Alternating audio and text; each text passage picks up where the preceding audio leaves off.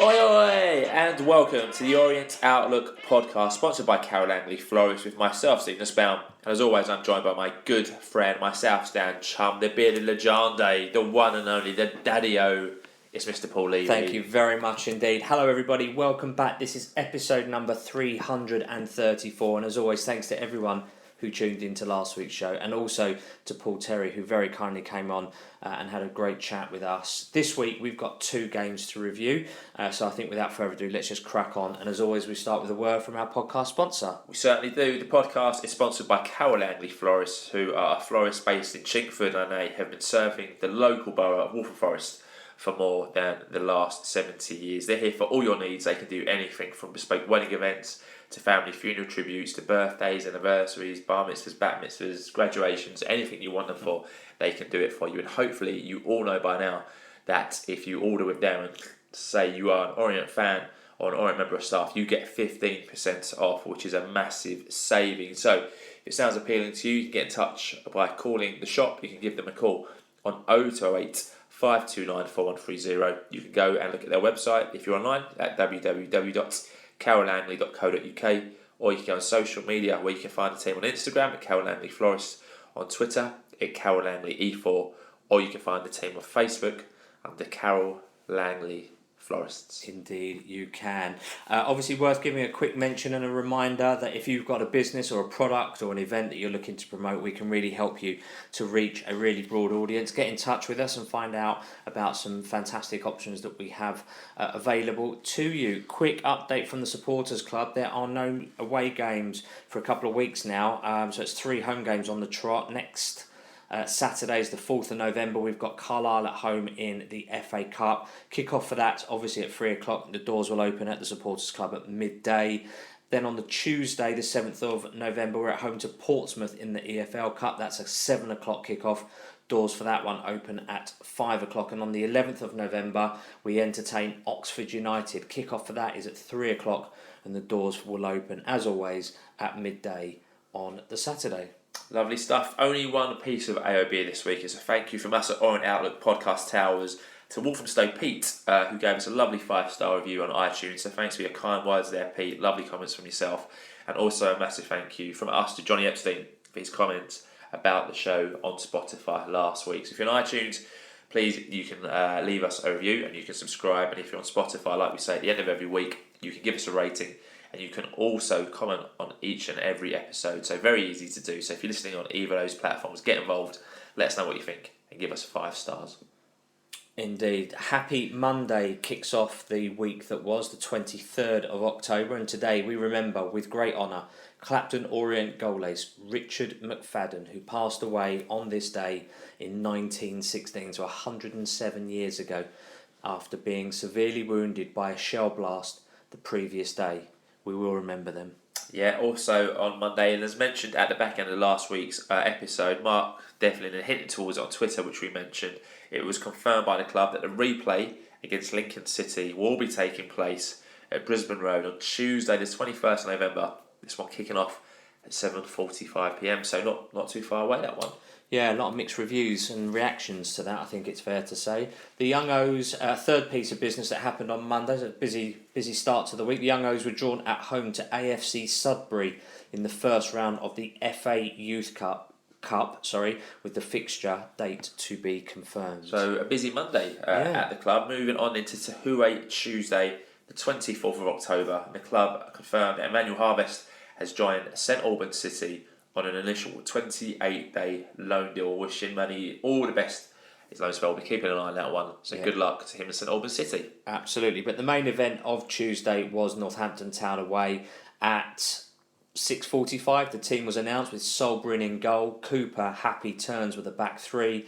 Graham, Galbraith, Brown, Elmiz, Hunt, Drinnan and Saturiu made up the rest of the starting 11. The substitutes for this was Howes, James, Sweeney, Moncur, Archibald, Ford and Piggott. So that starting 11 saw 2 changes to the starting lineup from the previous weekend, as in came Aaron Drynan and in came Ed Turns, as Joe Piggott took a place on the bench as did Theo Archibald. So being a legend, your thoughts when you saw that team? Surprised that Theo and Joe had been dropped to the bench. I understand Richie's rationale of that afterwards. That's absolutely fine. But otherwise, for me, as expected, and I've just made a note, in Richie we trust. Absolutely, agree with you there, 100%. I think something that Richie Wellens has done really well last season is his squad rotation and managing the team well. Like we saw it with players like Paul Smith, who'd been injured the previous season. He likes to rotate his squad, and obviously 3 games in a week off the back of a really tough game the previous Saturday against Barnsley. So, yeah, a few eyebrows when you saw Theo on the bench, but then you actually understand why you've done that. With Graham coming back to full fitness and Rob Hunt, who he trusts immensely, you've got good strength and depth there. And we all know that Wellens loves Aaron John. Like, he really rates him as a player, fits into Wellens' system really well. Obviously, it presses a lot harder, I think, than Piggott. So, no real surprises there. And a busy week. So, lots of tweets. We're only going to mention one there from Bogged Dollocks one, which we've always got to be careful with when we say on this podcast. He said, "I like it. I really hope Drynan gets some luck in front of goal." So the game kicked off on a cold Northamptonshire evening with the O's in 13th place in League One against a home team who found things a little bit tougher in 19th place, and there was a minute's applause before kick-off for the late Bobby Charlton. Your first time at the Northampton Bowl, as I call it. Thoughts? Yeah, you're spot on with your description of it being a bowl. So many retail parks in the area, like tons of it, but as a stadium I actually quite liked it. Thought it was quite a nice stadium, felt like a football ground to me. So I liked it. Yeah, nice away stand, quite nice and cramped, which I always like. Cosy. In an away stand. Yeah, cosy, and it brings you all together a bit. But it was a good, decent away attendance actually, considering it was a Tuesday night. Obviously being in a half term, it felt quite busy in there, which I guess is another surprise from Orient with their away support. But yeah, I liked it. And that, I got to say that minute's applause, impeccably done by both sets of fans who sang "There's Only One Bobby Charlton." So really nicely done. Nice scoreboard in Northampton as well, to be fair. Lovely scoreboard there, big old screen. Very bright though if you're standing near it, which we were.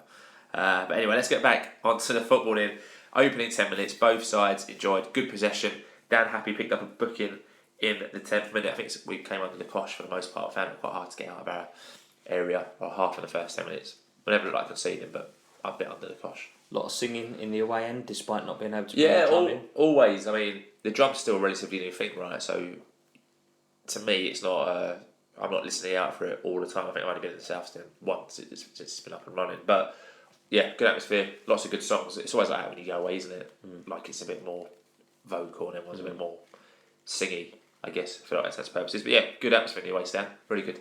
Good. So we took the lead though in the 14th minute after some patient build-up play and a 37 passing move saw Ruel Soturio eventually drive the ball alongside the box. He ended up passing to Rob Hunt just inside the right-hand side of the penalty area. He rolled the ball forward with his first touch and fired his shot that ended up creeping in at the near post, beating Lee Burge in the Northampton goal to make it 1-0. I thought that was a fortuitous goal, but a goal. It deserved to be a goal at the end of like 37 pass routine to get it to where it was.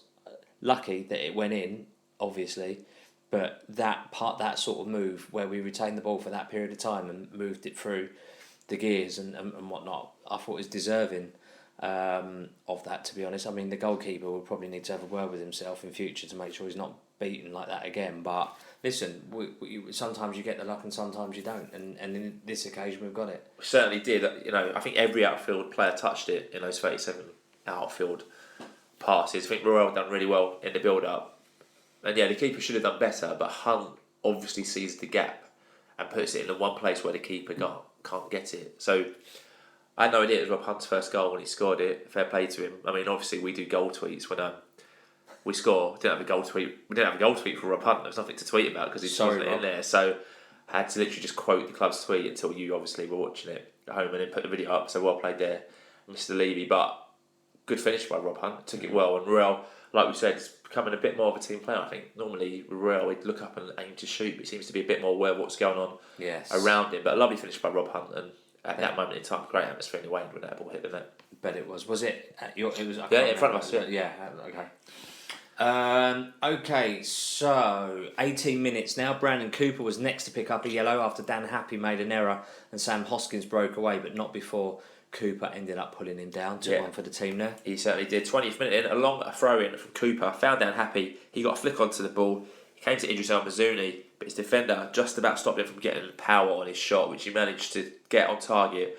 But Burge had to make the save from, but a fairly straightforward save for Burge. Yeah, great opportunity for us to double our lead. Shame we just couldn't make that work, because that was a nice opportunity. That 26 minutes on the clock now. Northampton went close after a cross from McWilliams came into the box. Hoskins tried to guide it home, but his shot went well over Sol Bryn's bar. Yeah, Bryn had that well covered. I think 32nd minute in, some more good passing and movement from Northampton. Saw them in our penalty area, but Dan Happy made a superb sliding tackle to clear the ball, and then Rob Hunt was forced to concede a corner with Bowie lurking on his shoulder, but that came to nothing. Yeah, it was a good play by Rob. Obviously got a shout. 40th minute we'll skip to now. A long ball from Ethan Galbraith, so Aaron Drinan do superbly to hold the ball up the pitch. He passed to the on-rushing Jordan Graham, who took one touch and from quite a good position curled his shot that went well wide.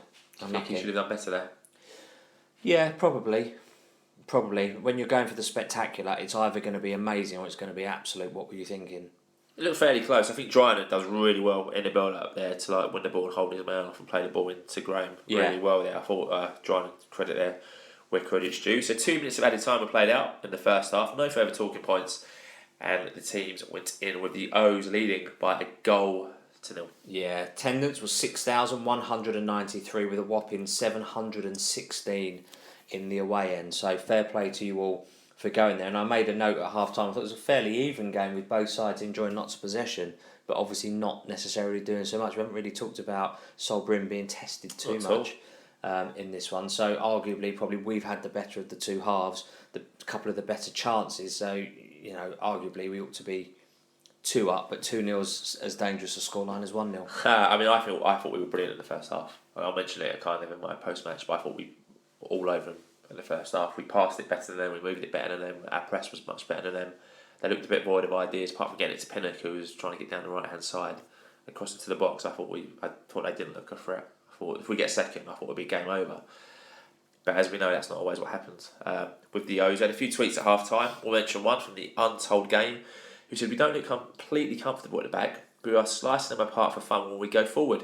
Have we got 2 El-Mazouni's on the pitch?" He was alluding there to Jordan Brown being here, there and everywhere. I've got to say that midfield again in the first half of Elmy's, Galbraith and Brown winning all their 50-50s. They were winning all their 50-50s and they were all moving around, and Northampton just didn't know whether they were coming or going. Good. Fantastic. So dynamic, isn't it? Brilliant. Young, fit, energetic, active in terms of sort of where they are on the ball and where they're in position wise. Fantastic. And you've still got Max Sanders to come back in. Yep. You've still got Dan Prattley, who's now on the bench. Yep. You've got Moncur, who's still on the bench. So you've got 3 positions, and that's 6 players. Great headache for Richie Wellens to have. Yeah. Great headache. Yeah, absolutely. But I think also that the players that are in the team, we've said this before, the players that are in the team, it's their shirt until it's not. So actually, they've got to keep going as they are, and the others have just got to sit and be patient.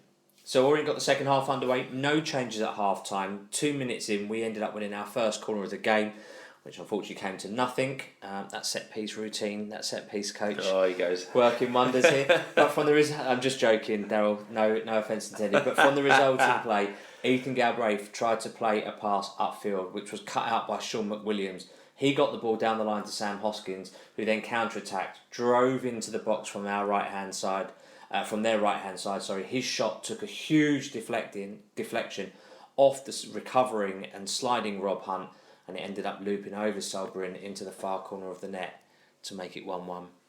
I think that's a very unfortunate goal to concede there. Yeah. I'm not even sure that shot's going on target, and I think Bryn's got it covered.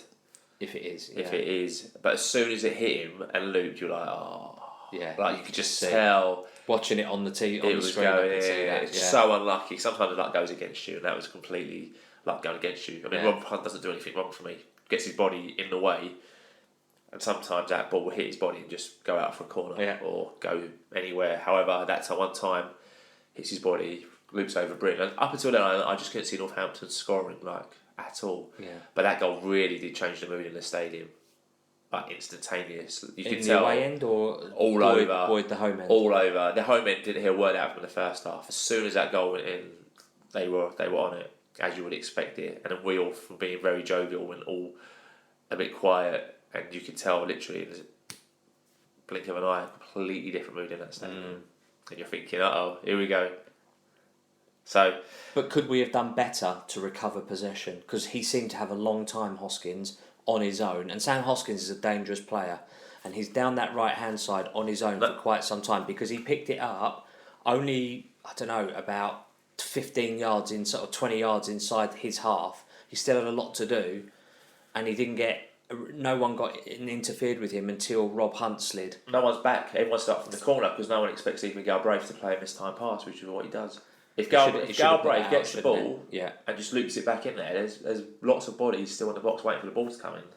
The fact is, they're waiting for him to do it. He tries to be a clever lad, tries to place the more difficult pass, gets caught out, and then as soon as that ball's played, there's no one near Hoskins. He's just running back with him, trying to narrow his angle until he can't narrow his angle anymore.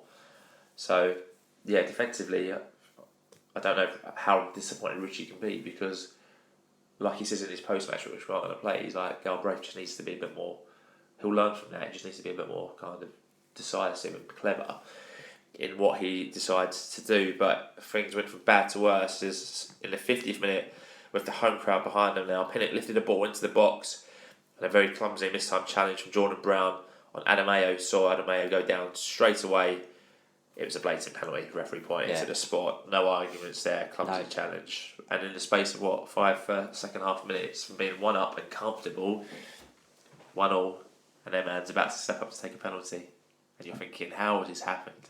Yeah, absolutely. Well, Solbreen ended up guessing the right way, got a hand to it, but Sam Hoskins' penalty was just that little bit too good, and he fired Northampton into a 2-1 lead. I mean, what a disastrous 5 minutes for us. We need to calm down. I made a note. We need to calm down, get back in this game, and cut out the errors and be a bit more clinical.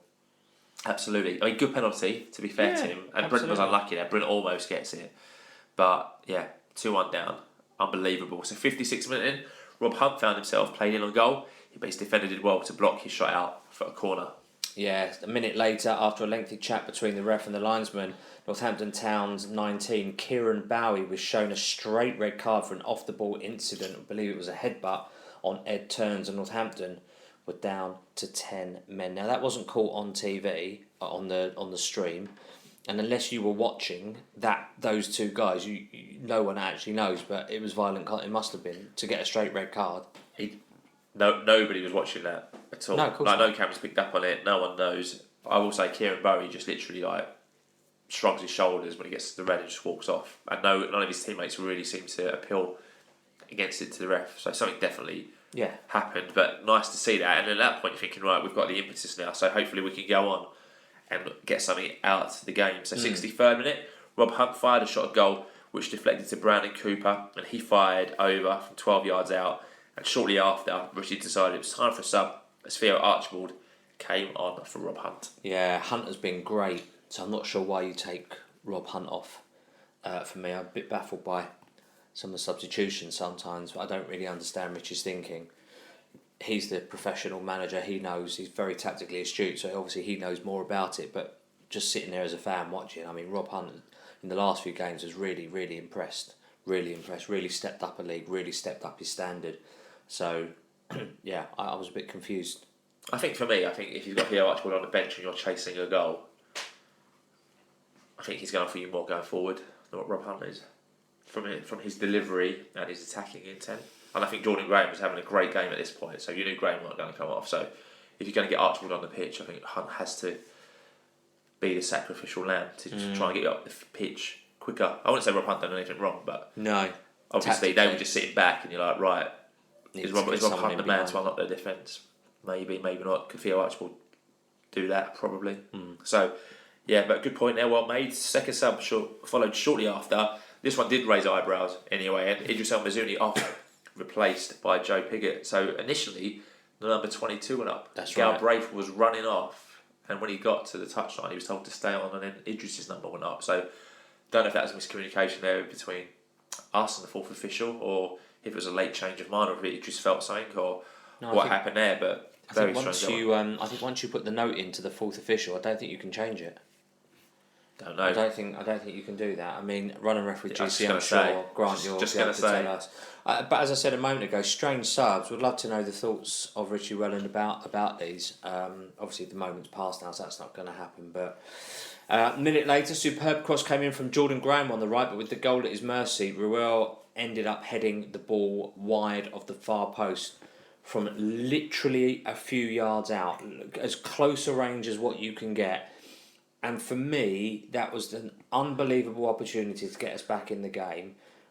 It looked on the stream, it looked harder to miss it than it did to score it.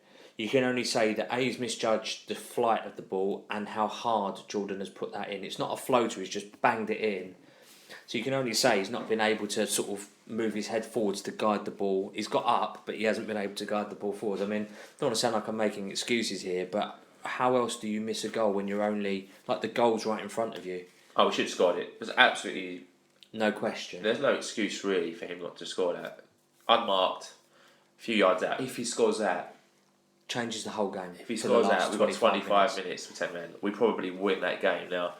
I don't need to tell Ross to tell you he should be scoring that, and Roll probably don't listen to this. And if he is, he's probably just turned it off. But Royale should be putting that one to bed. Yeah, agree. And we mentioned this a few times this season where his goal return ain't bad at the moment. However, it should be now based on chances missed. I don't want to sound too harsh, but Rossatier should be in double figures for the season now. Agree. When you think about the chances that he hasn't taken.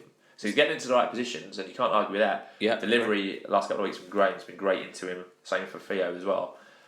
But yeah, he should have scored that. Like you said, harder to miss. That's 2 in a week, so he'd be on 7 or 8 by now. Like with just on this week's chances alone, not mentioning the other 14 games that we've been playing. Yeah, 13 games. Yeah. But he didn't score, and it almost went to 3-1. In the 68th minute, Pinnock slipped in Hoskins, who then played in Leonard, and he was on 1-on-1 with Brent from a tight angle though. Brent stood up well, made a good save. That's a match-saving save. If that becomes 3-1, I think it's game over. Yeah, 100%. Brent done well there too. Sol Bryn. And again, never underestimate how important it is to have a good keeper. Lawrence Vigouroux was that last season for us. Sol Bryn seems to be that for this season.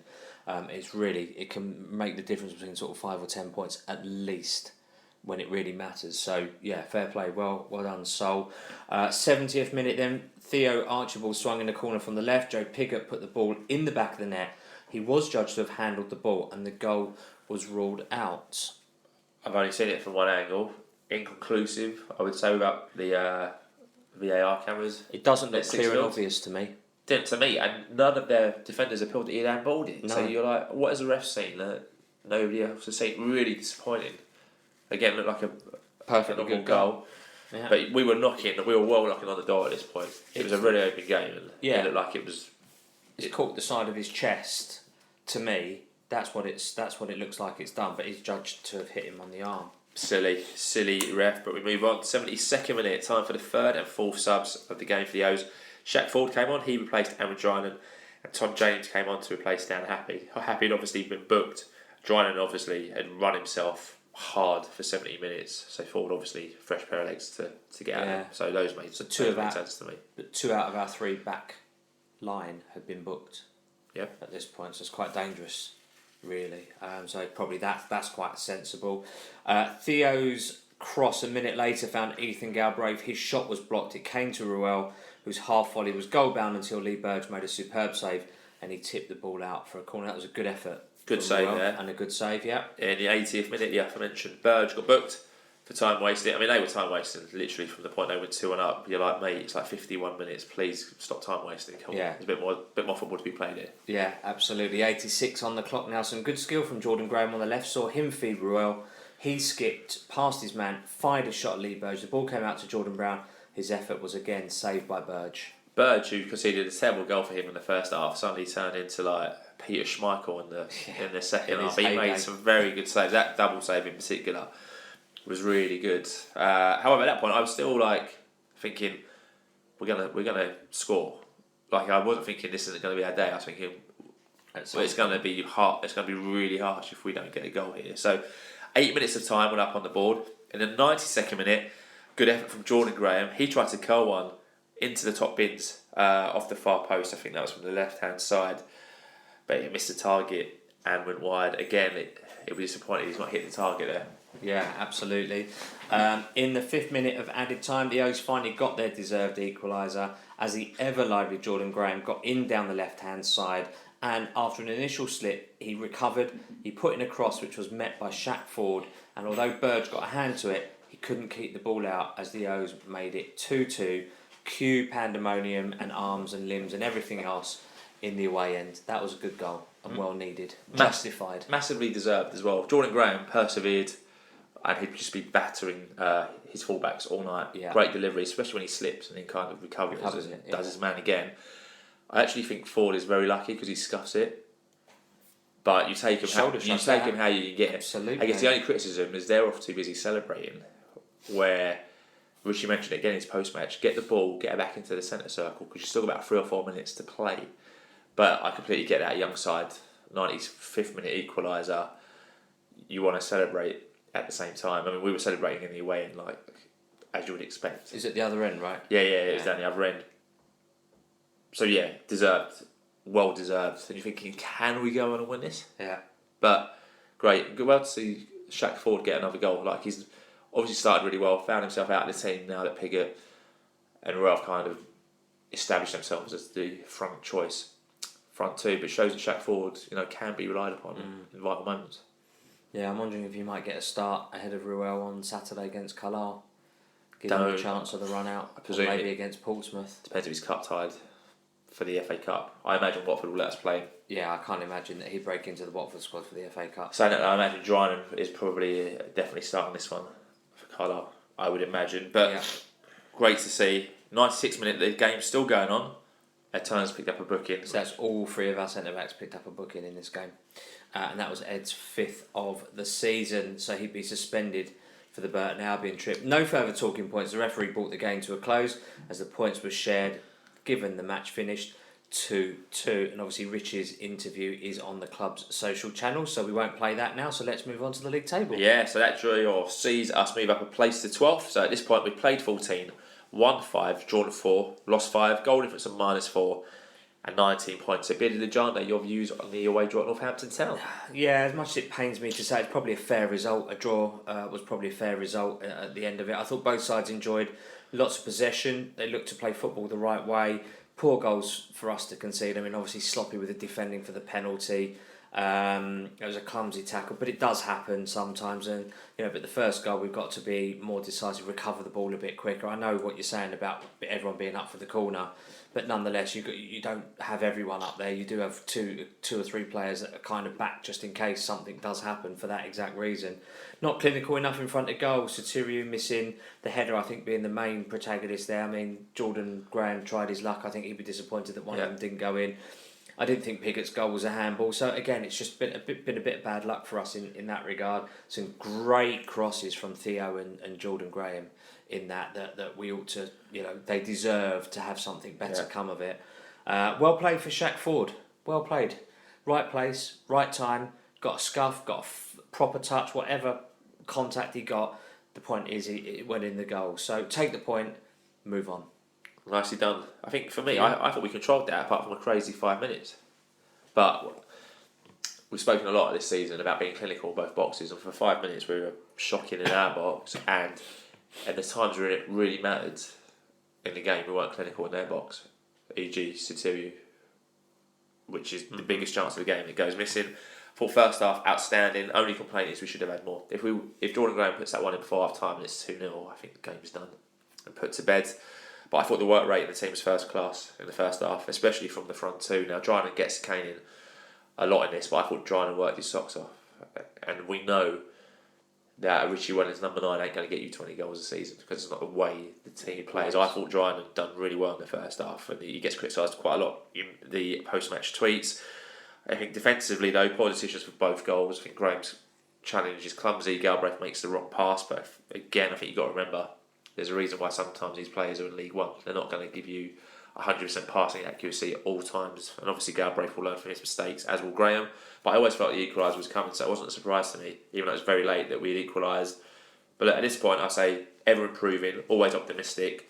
So yeah, I was surprised. There's a lot of negative tweets. I think a lot of people saw this one as 2 points lost, as opposed to a point gained.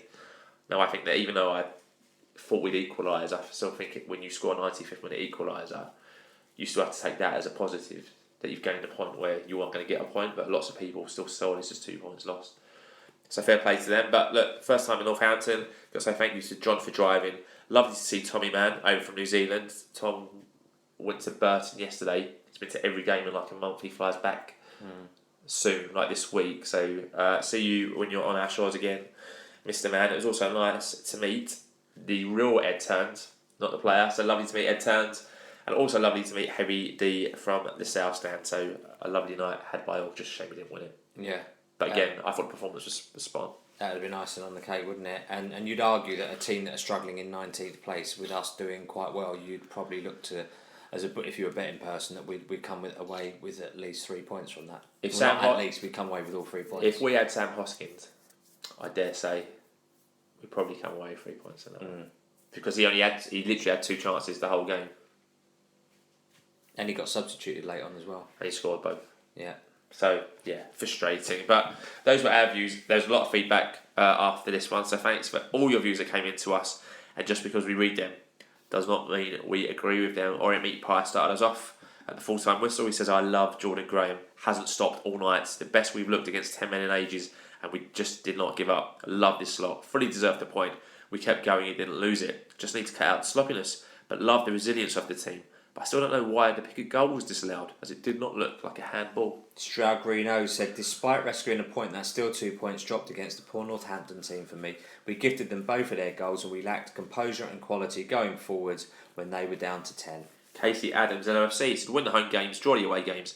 Never had a good record at Northampton, but we never gave up, and that's all we can ask for. Yeah, that's right. Ryan Peanut said, another game we should win easily, but lack of League One quality is killing us and haven't seen a 90 minutes without mistakes yet, giving too many soft goals away. If I was Richie Wellens, I'd be fuming with them all. Magic_John said, this is why we will finish mid-table and not get a playoff place. Would have taken that at the start of the season, but we've showed so much promise. It's just a shame we can't push that extra goal in a lot of games recently. Alex LOFC is up next. He said last minute equaliser will cloud the judgment, but that is 2 points dropped all day long. Steve the F1 said we were the better side for 93 minutes, but the 5 minutes of madness cost us another 2 points this evening. We played with a strange mix of potential and naivety. Les LK52 said you've got to say we just never give up. That is a fantastic quality. Late goals against Reading, Exeter and tonight. Good point there. Good point. The real Ed Turns said we looked the better team for most of that game. We just seemed scared to shoot. After the first time seeing Ed play, and he seems a quality defender. At times, I think we've mentioned it a couple of times in the last couple of weeks. There's opportunities where you think just put your laces through it and have a go, but they're looking for like the final pass again, or they're just too pretty. It's a very un-Orient thing. You're trying to play football. It's very Premiership sort of Man City Arsenal week. I was saying it's a bit like watching Arsenal under Wenger. Like I would never. Yes. Can't compare it. Two touches too many. But you don't need to take that one more pass. Just shoot and have faith in yourself to put the ball in the back of the net. Absolutely right. Alfie Howard 14 said shocking mistakes costing at both ends of the pitch again. Don't be fooled by the excitement of a late equaliser. That's 4 points dropped in 2 very winnable games. So that was alluding to obviously Northampton and the Barnsley game the previous weekend. Marland 1950. So in case anyone didn't know, Graham is a fantastic winger, but not so good as a wing back. Play him where he wants to play and where he can do some damage. Derby 507 said definitely should have won that game. I'm not one for digging out players, but Drinnan isn't good enough at this level. I thought Cooper once again was outstanding and Graham never gave up. Onwards and upwards. Tom Davies E17 said I thought we looked like a mess in the second half, struggling to get between and behind the lines of a well-drilled defence. We made too many poor decisions and missed Theo till he came on. And Graham had an off night. Interesting how people see things differently. Yeah. I thought Jordan had a really good one. LOFC Loza gets the penultimate word on this and said, can we give Ford more of a chance? He's the only one who gambles in the 6-yard box and goals to minutes ratio is good.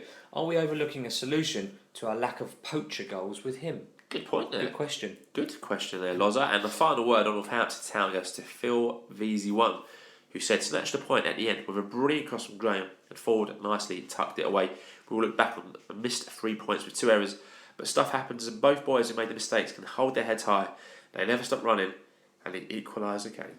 So that rounds up that. We're just going to do the prediction league now. So well done to Strop_O, that tall O's fan, and Mr. JG Essex, who all correctly predicted 2-2. So you get the 3 points. Top of the prediction league table. We'll do that later on. Unsurprisingly, nobody had Rob Hunt to score. Yeah. Unsurprisingly. No one had Shaq out of the ones who got to. Yeah. So moving on in Wednesday, the 25th of October, and the Orient Outlook podcast wishes Omar Beckles a very happy birthday for this day. Happy birthday, Omar. Happy birthday to you. Thursday the 26th of October, the club announced that Chairman Nigel Travis will be hosting a Q&A online 7 o'clock Wednesday the 1st of November, which will broadcast live on the club's YouTube channel. So that's 7 p.m. Wednesday the 1st of November. Yeah, it'd be good to see what Nigel says. I think you can still submit questions on the club's Twitter feed or on the website. So if you've got a question for Nigel, send that one in. It'd be interesting to see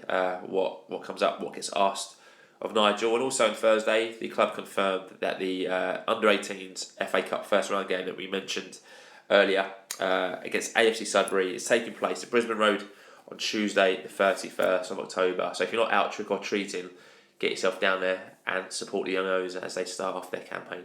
Yeah, absolutely. Friday the 27th of October, then the under-18s were in action against AFC Wimbledon. This match had it all as the O's went ahead early on through Abdi Mohamed,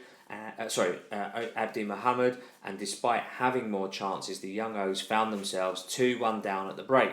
Mohamed was on target again as he made it 2-2 in the 58th minute, and Wimbledon went ahead again in the 66th minute, but we got an equalising goal to make it 3-3 in the 75th through Thomas Avgustidis. And with both teams looking for the win, it actually ended up unfortunately being AFC Wimbledon who found it in the 90th minute. They scored a very late winner to make it 4-3, which is how the game finished. So unlucky to the Young O's there. What a crazy game. What an exciting game that was. I think at 1-0 we absolutely battered them for like 20 minutes, couldn't find a second, and then 2 quick goals and find yourself 2-1 down at the break. Unlucky there. Yeah, it sounds like an amazing game. So moving on into Saturday, the 28th of October, and the main event, Burton Albion away. Seemed like an awful lot of people were out in Burton at very early stages. Some people were even in Burton on like Friday, making a proper weekend of it. Yeah, absolutely. One day I'll take you to Burton. Have a great time. We'll do that. Before the game, we ran a Twitter poll to find out how you thought the O's would get on in this one. We had 293 votes, and you voted as follows, with 12% of you thinking the O's would lose, 30% thinking the O's would get a draw, and a whopping majority at 58% of you thinking the O's would get the win. So thanks to everyone for all your votes in that infamous Twitter polls. Next one will follow Thursday evening, 6 o'clock. So let us know how you think we'll get on. Indeed. Team was announced at 2 p.m. Sol Bryn in goal with James Cooper Happy, Galbraith Brown Elmiz, Archibald Graham Sotiriou, and Pigott making up the starting 11 with the substitutes of Howes, Sweeney, Pratley, Moncur, Ford and Aaron Drinan. Yeah, so that side saw 3 changes to the starting 11 against Northampton Town as Tom James, Theo Archibald and Joe Pigott came in, with Rob Hunt, who missed out for injury, Ed Turns missing out through suspension, and Aaron Drinan dropping down to the bench. So what were your views on that when you saw that team at 2 o'clock? Yeah, I hope Hunt's injury isn't too bad. Obviously Richie can still name a pretty strong side with plenty of attacking options. Initially I thought Ed was injured as well, but then he's obviously on 5 yellows, so he misses out through suspension. But yeah, as is sort of pointed out by others, you know, there's only 6 subs on the bench. Why can't we name all 7? So there's a bit of a question mark for me there. Me? Yep, you? Yeah, good team. Not really many surprises. Expected to see Archibald back in that team, which was good. Thought Pigott might start this one. 6 subs, yeah, but all of them are quality subs. You look at those subs, you're like, well, they're all League One standards, so we won't have a problem bringing any of those on. And obviously you can only bring 5 on. So, yeah, true. Bit odd that wasn't really explained. I don't think that was asked in Richie's post-match either. No, it wasn't. Which is a bit odd as well. So a few tweets came into us once that team was announced. Better late than never. So good to see Pratley on the bench. It was actually his first appearance on the bench in quite a few weeks, I would say. Absolutely. Len Chin said it was a tricky away game in prospect. Burton have very capable players and will be a tough opposition. O's need the points, so priority is to avoid bookings. A stringent ref has been assigned. The secret is defend well. We must create and deliver the chances in their box. Strong start 11. Come on, Orient. Get Lynch and Chin into the dressing room with Rishi Wellens. David Rickard 80 said Joe Pigott hasn't had much luck in front of goal. Dodgy decision in the week to chalk off a perfectly good goal, and obviously his goal against Lincoln has gone, but I do fancy him to get a couple today. So the match kicked off and it was 11th versus 12th, with the O's making their very first visits to the Pirelli Stadium, and our fixture the first against Burton Albion in 117 years, less a week because it was the 7th of November in 3rd of November, I do beg your pardon, the 3rd of November 1906 when we last played Burton Albion at Burton Albion. Obviously not in that stadium, but wow, that's a bit of history. Looking to build on our recent good form, Burton Albion is their official Rainbow Laces game. Yeah, so let's get cracking in. Second minute, I didn't realise he played for Burton Albion. That was a surprise for me as well. Jake Caprice. I thought he was still at Exeter. Put in some great deliveries in this game, as you knew he would. He beat Theo Archibald fairly easily in the second minute, but a crossing from the right, which found the head of an unmarked Walker, but Solbreen was there to make the save. Walker should have done better there. He was completely unmarked. 100%, but thank God Solbreen was in the right place at the right time, otherwise that's 1-0. Poor header. More than anything else. When Bryn's the right place, right time, if he puts it anywhere towards the far post, it's 1-0 and you're thinking, what is going on? Yeah, absolutely. It'd be an absolute disaster. In the 8th minute, big concerns as Jordan Graham went down injured and concerningly had to be stretchered off with some oxygen, I think, as well, maybe. Yeah. So George Moncur came on to replace him. Knew that was really bad from the tweets from the people who were there and from both clubs' Twitter accounts. Obviously, following it on Twitter, not being there, you knew that was bad. Even burning out, like when your opposition goes, it looks like this player's picked up a nasty looking injury. We wish him all the best. As they're being carried off the pitch, you're thinking, wow, this can't be good. A lot of nothing confirmed by the club. Obviously, we'll kind of allude to what Richie says in his post match, but unfortunately, looks pretty bad as we sit here tonight without any news on Jordan Graham. In the 17th minute, Burton worked the ball to the left, and Hamer checked back from the byline, giving it to Oshi Larger, who quickly slipped in Powell. He tried to curl one into the far corner, but went wide off the post. That was a decent effort there. Burton were playing some pretty nice little passing football that I didn't have him down for. But I think Bryn had that covered, but a decent effort there. Had a bit of zip on it. They've got some names in their team. They're just, where are they in the league? Let's just remind ourselves. Above us. They're just above us in 11th, right? They've scored 16 goals this season. It's only 2 more than us, but they'd won the last 4 out of the last 5.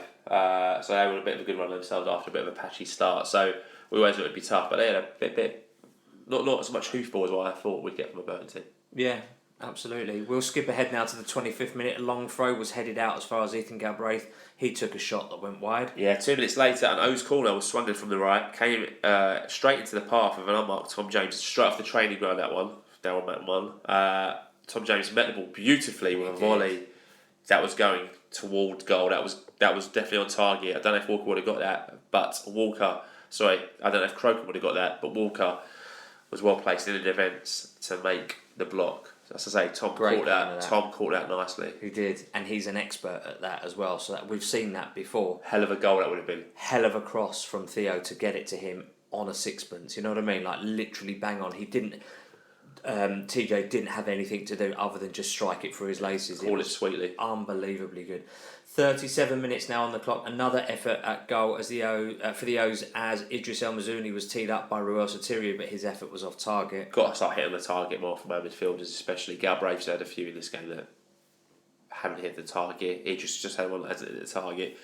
Just got to be working the keeper a bit more, I think. 42nd minute, Hamer took a long throw in from the left, palmed away by Solbreen, dropped to Powell on the edge of the box. His effort, again, was well over. So, again, we can't hit the target, but they haven't really kind of troubled Bryn much because they haven't been hitting the target either. Theo Archibald put a low ball in the box that Joe Pigott couldn't reach in the 44th minute. Yeah, and in the 45th minute, huge chance for the O's as Solbreen caught a ball into the box. He launched it forward quickly to Ruel Sotirio, who held off his man, turned him, and managed to get goal side of him. And then he was in, just had to beat Crocombe in the box. Ruel's first touch, though, was poor. Keeper was able to smother the ball at his feet. Now, when I watched that back, there was just a loud sigh and a banging of the table because he should be doing much better there. Your views on that one?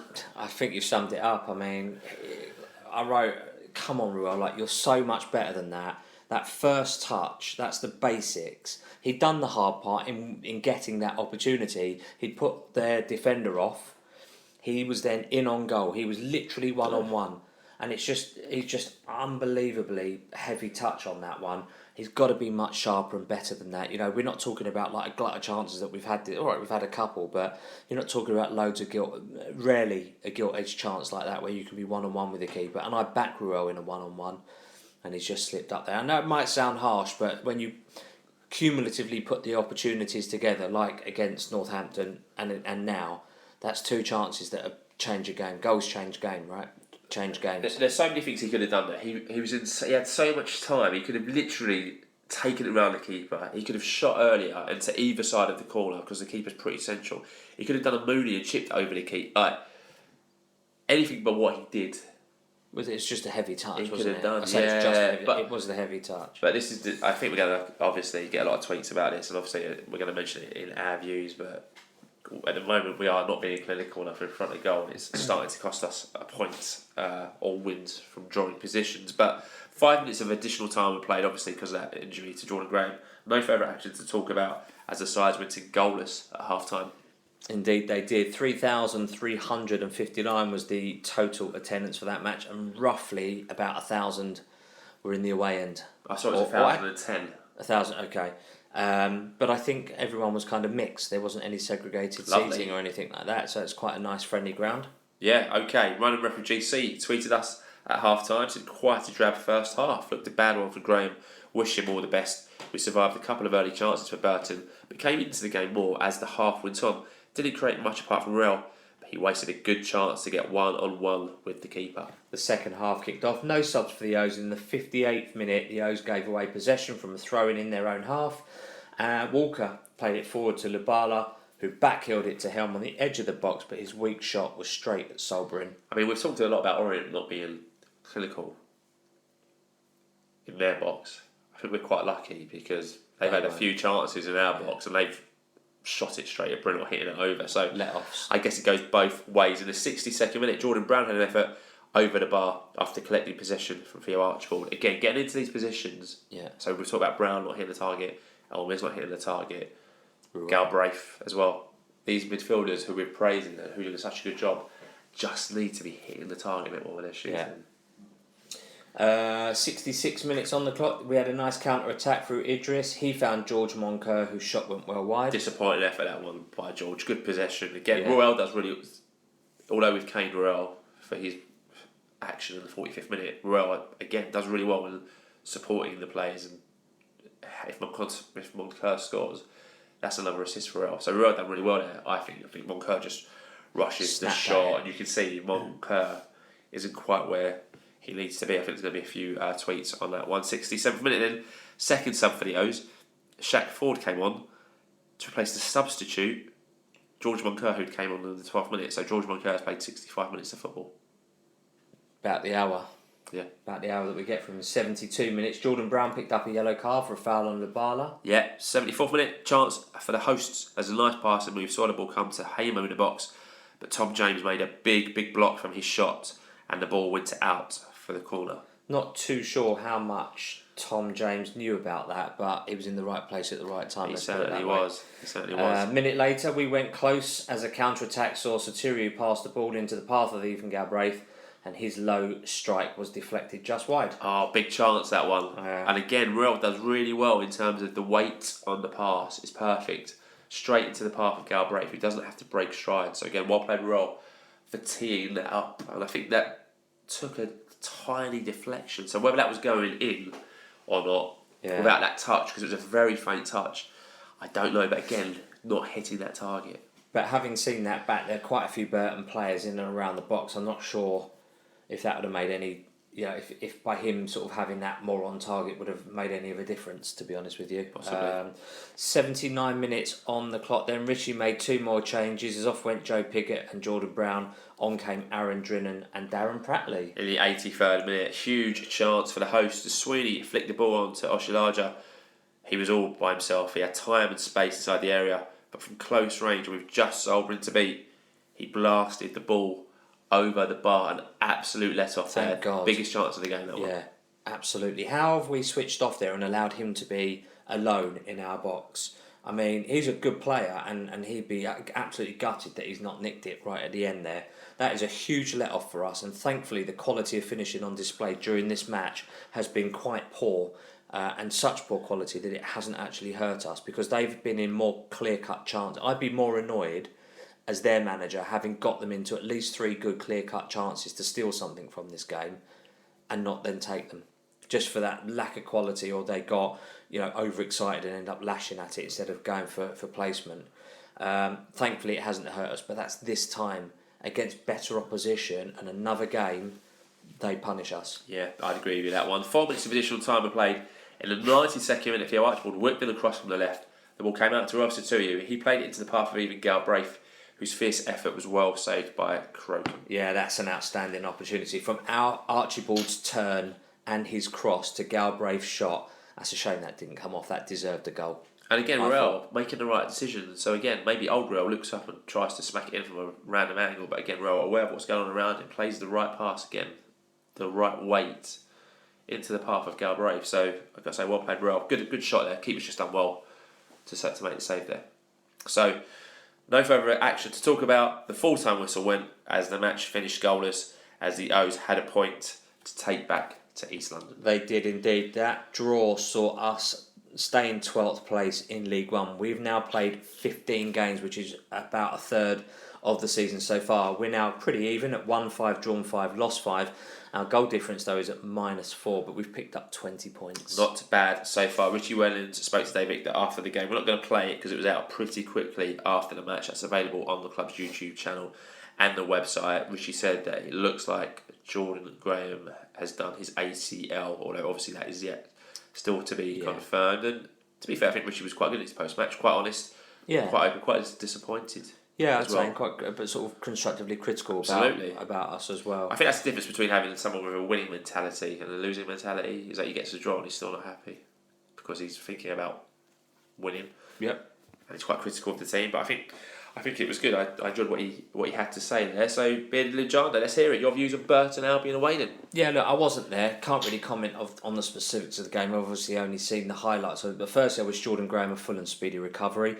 Hope it's not as bad as what people think it is. Hopefully it's more strain than anything else. But if it is a torn ACL, then that's him done for the season, and he'll be back in for pre-season training. Yeah. But that said, Keaton has got a pretty good magic wand at getting players back early. He won't be early enough for this season, but hopefully it'll be enough for him to be in full pre-season training for next season. Secondly, in a game where chances are few and far between, we've got to be more clinical. Like we said earlier, more clinical in both boxes. I'm a big fan of Ruel, as people know, but that's now 2 games in a row. He's missed some good opportunities. At key points in the game, so that his one on Tuesday was in the 68th minute. If he scores that, it's 2-all with 25 minutes left to play. And I believe if he scores that, Orient win the game on Tuesday night. Potentially, because we were dominating the ball, and it would have been another 25 minutes against 10 men. We would have won that. I just think with the quality on the Tuesday night, the way Graham was playing, the way Archibald was playing, I think we would have gone on to win that. And I think if he puts us one up against Burton, I think we probably go on to win that game. So you could argue that if he puts both of those chances away, as opposed to talking about 2 points this week, we could have been talking about 6 points. 4 or even 6, absolutely right. Yeah, that's it. And we've got to be clinical in both boxes. Thankfully, we are in one of them, which is our defensive box. We've kept a clean sheet. Big shout out to the unsung hero, Solbrin, who's made some great show-stopping saves to keep us in games and earn us the points that we've got. George Moncur. My lord, George Moncur. Big question. Okay. Big question. Talking point now. What's going on with him? We're all desperate to see what he's got to offer, the flair or the creativity that a player of his pedigree has. And having been from the Championship with Simon, we all thought it was a massive coup that we'd signed this guy from Hull who'd done great things with Luton and so on. But it's been a whole season and a third of this season that he's been at Orient now. And I still feel that we're still waiting to see George Moncur play. I don't enjoy singling players out. I don't think that's the appropriate thing to do. But I think this is now such a talking point that we have to talk about it. He came on as a sub, enforced, and then he got subbed 65 minutes later. For the second time this season. I've rarely heard, in 43 years of being alive, I've rarely heard, in the football that I've watched and games I've heard about, of a substitute being substituted. For me, that's a rarity, right? Rather than a commonplace thing. Go on. No, go on. You're in full flow. I'm going to leave you to it. I apologise. If he's not fit, how can this be the case? We're 15 games into the season, plus a month of pre-season. How can it be the case? If someone says, oh, he's not fit, he's been ill, he's been a bit injured, granted, but surely he can't not be... There's no way that the players that are in the matchday squad are not fit. Darren Pratt is just coming back. You might argue that he's a bit rusty, but I bet he's fit to play. And much is made of George's physique. I don't really much care. You don't have to have a six pack and be cut in at the waist and all of that. You don't need all of that stuff to be fit. That's not that. That's just aesthetics of being athletic. But we're now at a situation where we're a third of the way through this season at a higher level. And like I said earlier, we've still not seen the George Moncur that we all expected. Now, maybe that I'm misreading it, and I've defended him in the past by saying maybe he's doing stuff off the ball that we're not seeing. Like, we haven't got player cam. I'm not sitting there exclusively watching George the whole game when he does play. But it's got to be a big question now, because he can't be cheap in terms of what his wage demands are. There's got to be something to be answered for in that regard, and that's not something that Nigel's going to answer on the Q&A next week, by the way. So yes, that's not what I said in that question. So that's not that on next week, the week after. But by the same token, it's got to be something that there's got to be an answer from someone somewhere about what's going on. Maybe I should have asked Paul Terry last week while we had him, but I don't know what you're going to hear from people. They're not going to hang him out to dry. He is a good character, from what we understand. He's a great character in the dressing room. He's a good guy, and I don't mean to dig him out and make him sound like a pariah or anything like that, because what he does perhaps behind the scenes is as important as what he does in the front. He's either not fit, right? He either can't follow a tactical instruction, or he's just not a very good player anymore. I think it comes down to that three. If he's not fit, then you've got to say, well, why is he not fit? Because he never lasts more than 65 minutes. When he did start earlier in the season, he's getting hauled off after about an hour. So he might not be fit. He isn't a chaser, to me anyway. So Galbraith, Elmis, Sanders, Brown, Pratsley, all in that middle, they were what I would call a chaser of the ball. Grafters. George Moncur isn't a grafter. George Moncur is a 10. So George Moncur has to play behind your forward. You're one forward. And at the moment we've got two forwards, so Moncur has to go in that three in the middle. But Moncur hasn't made an impact in that 10 role this season, I would say. And we're not playing with a 10 now this season, in effect, because we've got two number 9s up top. So maybe tactically, he just isn't. He's a good player, but it just doesn't fit into the tactical system that Richie Wellens has at the moment. Or C, he's just not as good as what he was. Which at the moment, I think most fans are thinking he probably isn't, because he hasn't made really an impact. I think when we got promoted, there was a lot of excitement around Moncur, because people were like, League 2's a bit more skillful and he'll get a bit more time against better teams to show what he can do. But so far this season, I haven't seen that. Granted, he scored a last-minute goal against Reading, which I thought might be his decisive point in the season. A bit of a turning point for him, yeah. But it hasn't been so far. So yeah, we'll say you raised some good questions. It'll be interesting to see now what happens with Graham out because Graham's been the main source of creativity. Now I know Moncur isn't a wide player, but I'd be interested to see whether we keep the same system without Graham in that team, because Graham's a pretty pivotal member of that system. And so Archibald is on the left, and that's Archibald's spot now. No one's taking that. Rob Hunt can play there, but probably can't give you 90 minutes of full attacking. Defensively, he's great for you, but going forward, he's not going to unlock a defence like Graham could. So it'd be interesting to see what Richie and his staff do now without Graham as that number 7 or that wide right player, and whether that presents Moncur an opportunity to get back into the team somehow. So you raised some good questions, and I think Moncur gets raised in quite a lot of tweets as well. But good questions. Yeah, thank you.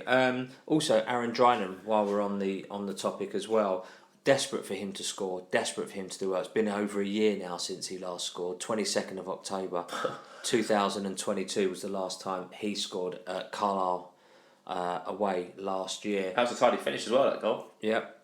But he's not the impact sub that we need. He does work hard. That is the one thing that he does do. He does what's asked of him, and that is to close and run down, and he has bags of energy, and it's great to see.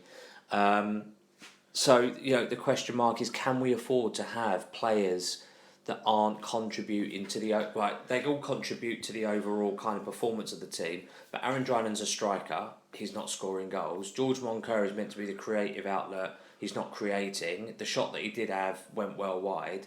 So, I think there's probably question marks as to their long-term future with us. And I know this sounds harsh, but because we're only sitting here in October, we're 12th in League One, for goodness sake. But it's just, you think where we need someone up front to be scoring the goals for the chances that we're creating, we've got 2 players potentially that I think aren't helping us to deliver on that.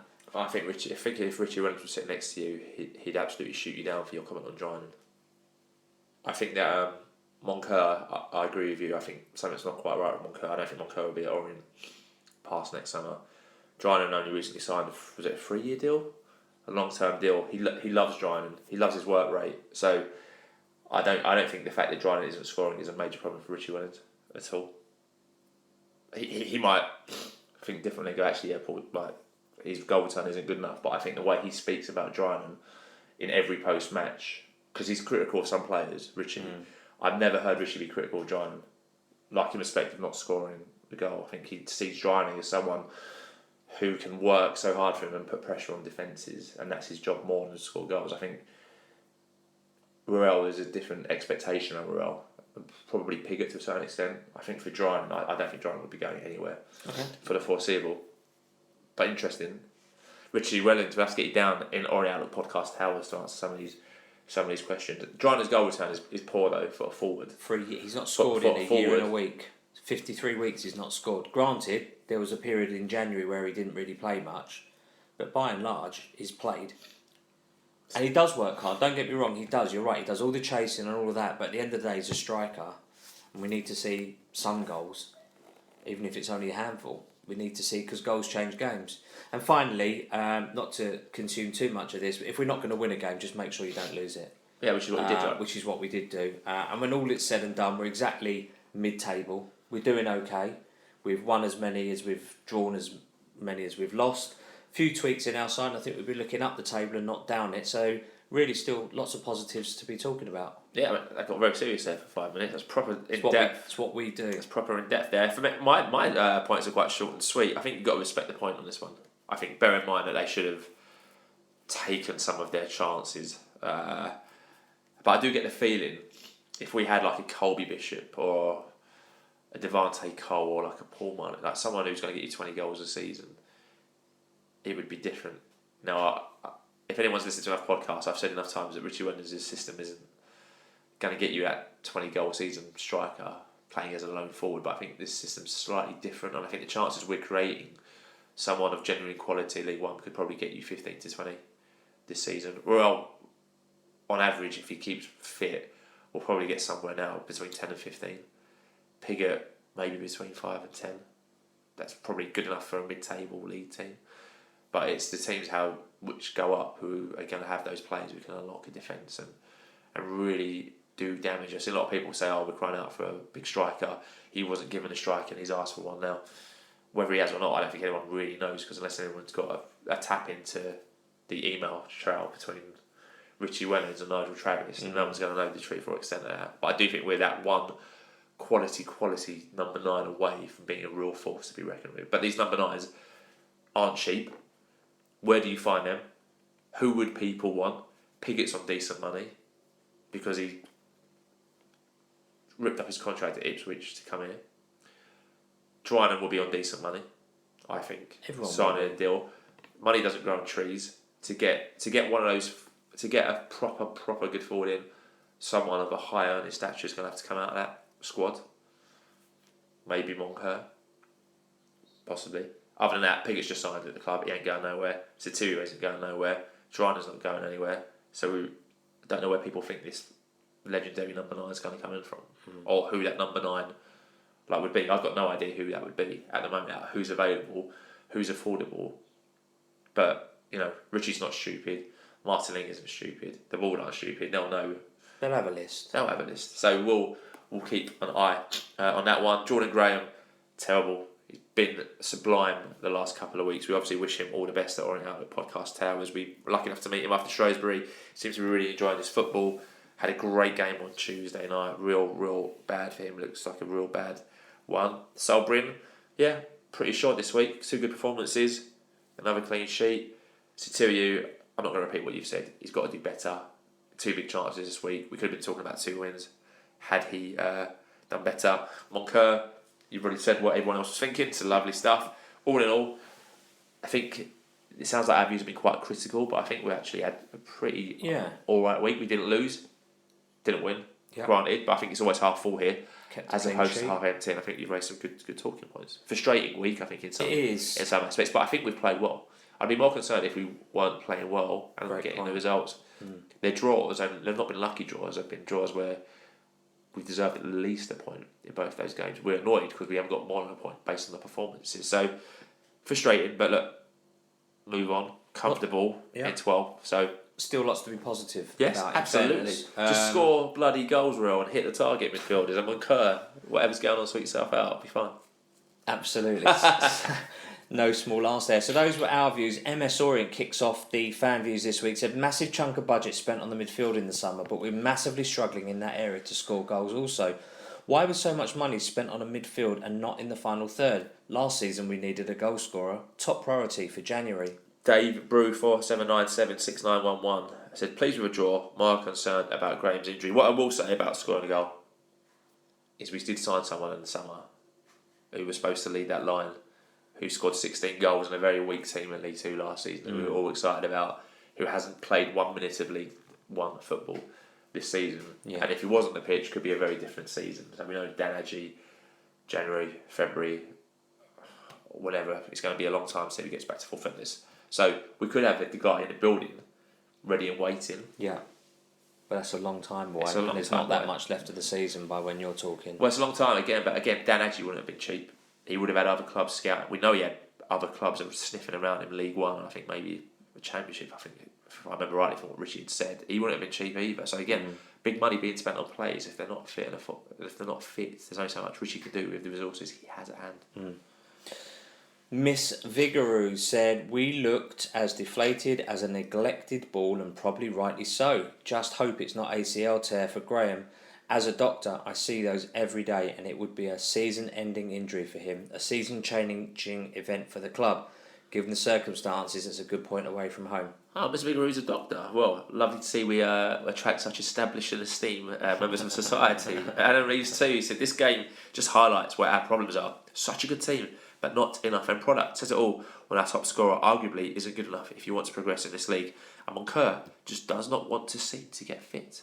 LDP King said both teams had no League One quality in the final third. It will be the same all season. Some will go in, but not enough to win us matches to get the top 10. But we will comfortably stay up, which is the main aim. We need to invest in League One quality over the summer. Wellens is working miracles. Super Richie Wellens, Daniel _D44 said Happy, Cooper and James, absolutely superb. Graham's injury really did blunt us. Hope he's okay, but it didn't look good. Don't think it's easy being a O's centre forward, but we do really need to improve in that area. E10_rifle said, we're crying out for a couple of goal scorers. Until that's addressed, we'll struggle to win games.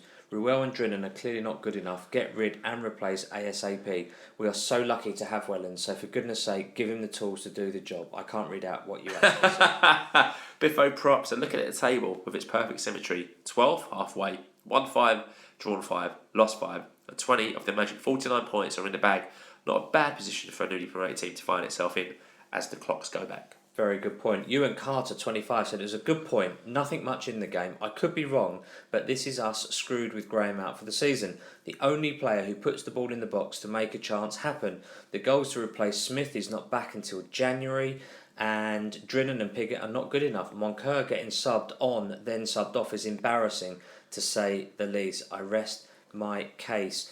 I think you've missed out Theo Archibald there. He also put some decent crosses in the box, Ewan, as well. So we're not completely without, but you're right, Jordan Graham's quality will definitely be missed. It will be. Simon G. Cooper, so my worry is Graham's injury is season defining, like Tom James's was 2 years ago. Hopefully we've got the strength and depth to cope, and it's a very different Orient now. But he's been our key attacking threat this season. Orient_Ed said, not a game that will live long in the memory. We didn't create much, if anything, but I thought Piggott done okay and Tom James was brilliant in defence. Heartbroken for Jordan Graham. I really hope he's okay and he makes a full recovery, however long it takes. Penultimate tweet, and this one goes to the Tipping Tim, who said, having walked to and from the ground and then walked to and from the chippy while waiting at Tamworth, I'm confident that I've done more steps than George Moncur has done today. He's probably eating more chips though. Where do I collect my weekly wages? ? Yeah, final word goes to Andy_PO16, who said 0-0 was more than a fair result. Orient were better in the first half, Albion in the second, but it was a poor game. Gutted for Jordan Graham. Not often you see a player in that much genuine pain. Going forward, we just need to be more clinical and take a chance. Love the drum, it creates such a good atmosphere. So those are all tweets that came into us this week at Orient Outlook Podcast Tower. So let us know if you agree or disagree with any that have been read out. You can tweet us at Orient Outlook. You can email us at orientoutlook@outlook.com if you're not on socials. You can also give us a follow on Instagram at Orient_Outlook_podcast, or you give us a follow on Facebook at Orient Outlook Podcast. Yep, so the Prediction League, only Safe Hand 00 correctly predicted that we would get 0-0, so picked up the full 3 points that were available there. So that means the top of the Prediction League has changed. It now looks like this: 16 points at Rio_Orient, 13 points Charlie_Paul and Dave Brew 47976911, and with 12 points just behind them is that tall O's fan, last year's Prediction League winner. Thanks to everyone who sent in their predictions, and thank you all for taking the time to do that. Great stuff. So moving on to Sunday the 29th of October, the ladies were due to be in action, but their fixture against the Comets was called off due to a waterlogged pitch. So no action today for the ladies. So 1 hour 12, slightly longer than what I thought this episode would be. It's time to wrap this one up. Just before you do the fantasy football, I have to say I looked up the league table for the ladies. I think that was 3rd versus 4th or 4th versus 5th. That would have been a pretty decent fixture if the ladies' game had gone ahead. So that's a shame. I'm sure that'll get rearranged. So how are we doing in the fantasy football? It's very, very tight. There's 2 points between first and second in fantasy football. So Brendan Pitcher is top on 698 points. Behind him on 696 points is Glenn Wood, and at 690 points is Kei Saito. So 8 points between the top three. However, I'm 315th out of 374 players. That's better. Slightly. So we'll see. 15 places. See. Is that all the points from today's end as well? Looks like it. Okay. Looks like it. So very tight at the top there. We'll obviously keep you posted on that one. So positives and negatives of the week, Mr. Beardy Lejande, you can do positives. Let's do that then. So we've got 2 hard-fought away draws this week. We've got the clean sheet against Burton as well, and having sort of Darren Prattley back as well. Others having been out for a while, according to Rich's update. Rich's post-match gave an update on those. So there should be some quite close to returning as well, the likes of Max Sanders as well. So it's good that slowly they're getting out the treatment room, and I'm sure Keaton's quite pleased. Lovely stuff. Negatives this week. Obviously, the top one, and one that's been very concerning, is Jordan Graham's injury. So wishing Jordan all the best once again. Second negative is not scoring enough goals, not being clinical in the opposition's box. And the last negative was Ed Turns picking up his 5th yellow card, meaning he meant the recent game against Burton, which is now obviously been and gone. So that Hero of leads the us on. Yeah, Hero of the Week this week, unanimous in our thought processes here. So without further ado, it is Jordan Graham. So like we said, we wish Jordan Graham all the best. We didn't even need a poll this week. He was outstanding on Tuesday, and obviously with what happened on Saturday, we wanted to give a Hero of the Week to Jordan. So next week's fixtures, only the one coming up, and we take a break from league action. It's the first round proper of the FA Cup. We all love it, and we've been drawn at home to Carlisle United. They obviously came up with us last season. We obviously played them a week or two ago. They currently find themselves 21st in League One. They lost at the weekend. They lost 1-0 away to Cambridge United on Saturday. Good opportunity there to progress into the second round, I'd say. Yeah, a really good opportunity. Won't be a pushover though. Could be easier ties, but one you go Correct. look at home, team below you in the league. One Struggling you a little fancy. bit. You Yeah, fancy at at home. home. Long journey for them to come down as well to London. Indeed it is. Sponsorship reminder, so don't forget, get in touch with John and their fantastic team of experienced florists. You can call them on 0208 529 4130. You can get in touch with them on socials, Carol Langley E4 or Essex Biz on Twitter. They're on Instagram, Carol Langley Florist. Carol has got an E at the end of it, and just search Carol Langley Florist, 3 separate words, on Facebook. So that is it, everyone. Thanks for joining us for episode 334. 2 away games and 2 draws in the week. Saw us take 2 points from a possible 6 against difficult opposition. And you've got to remember there are no easy fixtures in this league. Losing Jordan Graham, big blow for the O's. But warming uppers do have a chance to step up and provide for the strikers. And we take a break from league action, like we said, next week. Well, for the next 2 games actually, which gives Richie and the staff opportunities to give minutes to players who need it and time to figure out a solution to hopefully help us score more goals. And we'll be here next week talking hopefully about a win and getting through to the second round of the FA Cup draw on next week's Orient Outlook podcast. Yeah, so if you're listening on iTunes, as we mentioned earlier, please subscribe, give us a 5-star rating, we'd appreciate that. We've got 105 ratings now. If you're listening on Spotify, don't forget you can rate the show. There is a new option on there. We've now got 106 ratings, to which we are grateful to every single one of you. Or you can even leave a comment on each episode, so please do so if you get a chance, and don't forget to follow us or add us to your favourites on your chosen podcast provider, and that way you'll get all the episodes as soon as they're available. We're also on smart speakers, Fan Hub app, and we're also on YouTube. So if your preferred method is visual, there's no video of us recording this. It's just, thank God for your pleasure, it's just our voices. That is enough for you. So listening to us could not be easier. If you've got an older relative, a loved one, an Orient chum, someone who's new to Orient, someone who likes football podcasts, grab their phone, help them download it, and please do pass on this podcast. So we'll be back with episode 335 next week with all the information and views that you could ever need.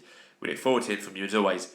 Keep calm, stay safe, have a great week. Happy Halloween. Happy Halloween, yeah. And listen to the Orient Outlook podcast. Up the O's.